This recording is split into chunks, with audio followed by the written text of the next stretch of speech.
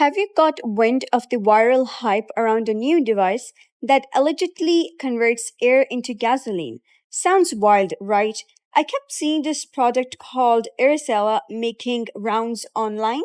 So the company claims their machine can generate real engine grade gasoline using nothing but air, water, and green electricity. It feels like something straight out of film. The kind of innovation that could disrupt the energy sector if it actually works.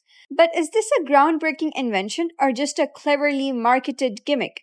According to Aircela's website, the process is broken down into three main steps. So let us see what are those steps. First is capturing carbon dioxide from the atmosphere and extracting hydrogen from water through electrolysis, combining the two to synthesize methanol, which is then upgraded into usable gasoline. They promote it as a zero fossil fuel solution capable of functioning almost anywhere, even from your home garage.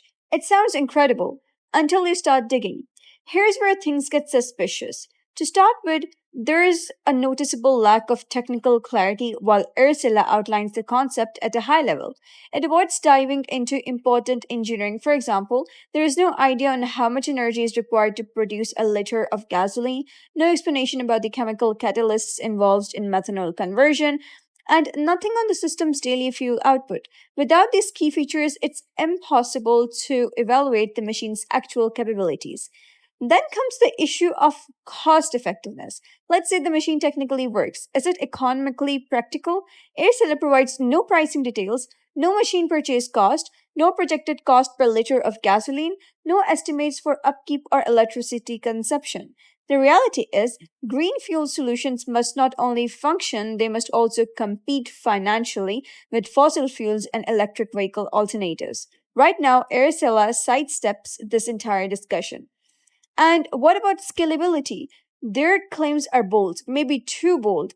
They suggest this device could run in remote areas or your driveway, but both electrolysis and carbon capture demand stable, high voltage power, not exactly something you'd find off grid. Even massive corporations with deep R&D budgets face huge challenges scaling synthetic fuel systems. It's hard to believe this could work out of garage. There's also the energy efficiency dilemma. This setup takes electricity to make a fuel, which you later burn, rather than simply using that power directly in, say, an electrical vehicle.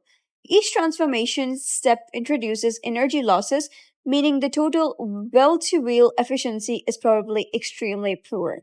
And now the biggest red flag is there is no independent validation.